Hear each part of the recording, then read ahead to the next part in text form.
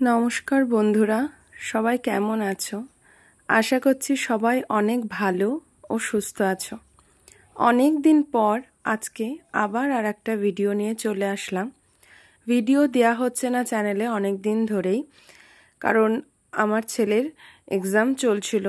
আর এক্সামের সময় আমি টোটালি ফোনটা টাচই করতে পারি না। আর ভিডিও এডিট করা, পোস্ট করা, এতে তো অনেক সময় যায়। তা ওকে ছাড়া আমি বাড়ির দিকেও বেশি সময় দিতে পারি না। থ্যাঙ্কস টু মাই শাশুড়ি মা, কারণ উনি এই সময়টা আমাকে যা হেল্প করেন সেটা সত্যি বলে বোঝানোর মতন না। কারণ উনি জানেন যে এই সময়টা বৌমা যাই করুক ছেলেকে নিয়ে প্রচুর ব্যস্ত থাকে। ওই জন্যই আমার ভিডিওগুলো পোস্ট করা হচ্ছে না। অনেক ভিডিও জমে গেছে। পরীক্ষার সময়গুলোতে আমি ভিডিও করিনি ঠিকই, কিন্তু পোস্ট করব বলে পরপর অনেক ভিডিও জমা আছে, শুধু এডিট করে ছাড়ার অপেক্ষা। এডিট করতে তো একটা সময় লাগে, তো সেই সময়টাতে বাবিকে পড়াতে পড়াতেই চলে যাচ্ছে।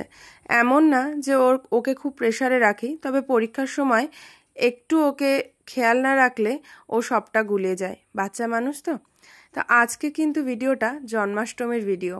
আমার হয়তো ছোট্ট পেতলের গোপাল নেই, কিন্তু একটা গোপাল আমার মা আমাকে দিয়েছিল যখন আমি প্রেগনেন্ট ছিলাম। সেই সময় থেকে আলাদা সিংহাসন রেখে আমি কিন্তু গোপালের পুজো করি। হ্যাঁ, আমি 4 বেলা নিয়ম মাফিক পুজো দিই না, তবে 2 বেলা আমি জল মিষ্টি দিই। তাই ভাবলাম অভিষেক করি আর না করি, ছোটোখাটো করে একটু জন্মাষ্টমীটা পালন করা যায়। তো বাড়িতে আজকে সবটাই নিরামিষ হবে। সকাল সকাল উঠে আমি লুচি তরকারি করেছিলাম, আর দেখতেই পেলে আমার বর কিন্তু একটু আমাকে হাতে হাতে হেল্প করছিল, কারণ আমার বাড়িতে সবাই ব্যস্ত ছিল।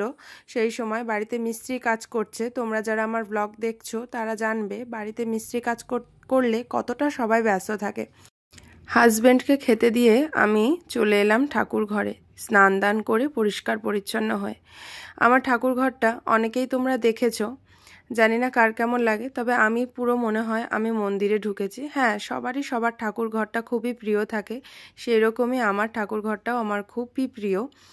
তো আমি বিয়ের পরে আমার এই ঠাকুর ঘরটা হয়েছে। বিয়ের আগে একটা সিংহাসনে পুজো হতো, যে সিংহাসনে আমি এখন আমার গোপাল রাখি, সেই সিংহাসনে আমার অনেক ভিডিও আছে ঠাকুর ঘরের যে ভিডিও।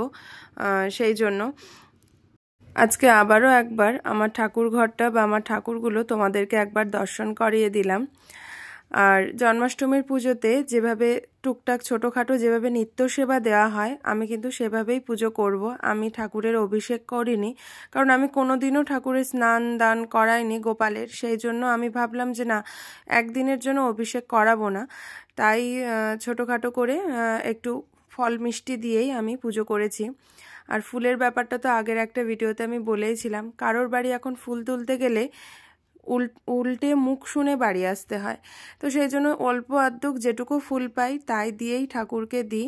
আমি অবশ্য ফুল তুলতে যাই না, যান আমার শাশুড়ি মা। আর শীতকালে যখন মোটেই ফুল কিছুই পাওয়া যায় না, তখন কিন্তু আমরা ফুল কিনে এনে দিই। আর এখন বাড়িতে মিস্ত্রি কাজ করছে বলে ফুল গাছ লাগানো হয়নি। মিস্ত্রির কাজ কমপ্লিট হয়ে গেলে আমাদের একটা পাশে চৌবাচ্চা মতন টবের মতন করা হবে, সেখানে যাবতীয় যা গাছ টুকটাক লাগানো যায় সেগুলো লাগানো হবে। আমি কিন্তু ঠাকুরকে পুজো দিয়ে জল মিষ্টি দিয়ে পুজো টুজো কমপ্লিট করে খেতে বসেছি। এখন প্রায় বেজে গেছে 12টার সময় আমি ব্রেকফাস্ট করছি। ব্রেকফাস্ট করার পরে এবার লাঞ্চটা রেডি করব। লাঞ্চে আজকে একদম নিরামিষই হবে, হালকা পাতলা ডাল আলু ভাতে। আর ভাবছি একটা নিরামিষ কিছু সবজি বানিয়ে নেব, কারণ এমনি বেলা হয়ে গেছে, 12:30 প্রায় বাজতে যায়। সবাই ব্যস্ত বাড়ির কাজে, আর এখন বেশি কিছু রান্না করার সময়ও নেই, খিদেও পেয়ে গেছে।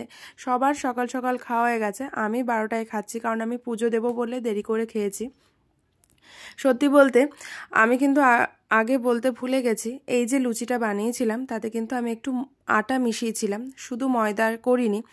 আমি এটা আমার মায়ের কাছ থেকে শিখেছি। যখনই লুচি বানাই তাতে কিন্তু আমি 1-2 বাটি করে, মানে ময়দার ভাগটা বেশি থাকে, অল্প একটু আটা মিশিয়ে লুচিটা করি।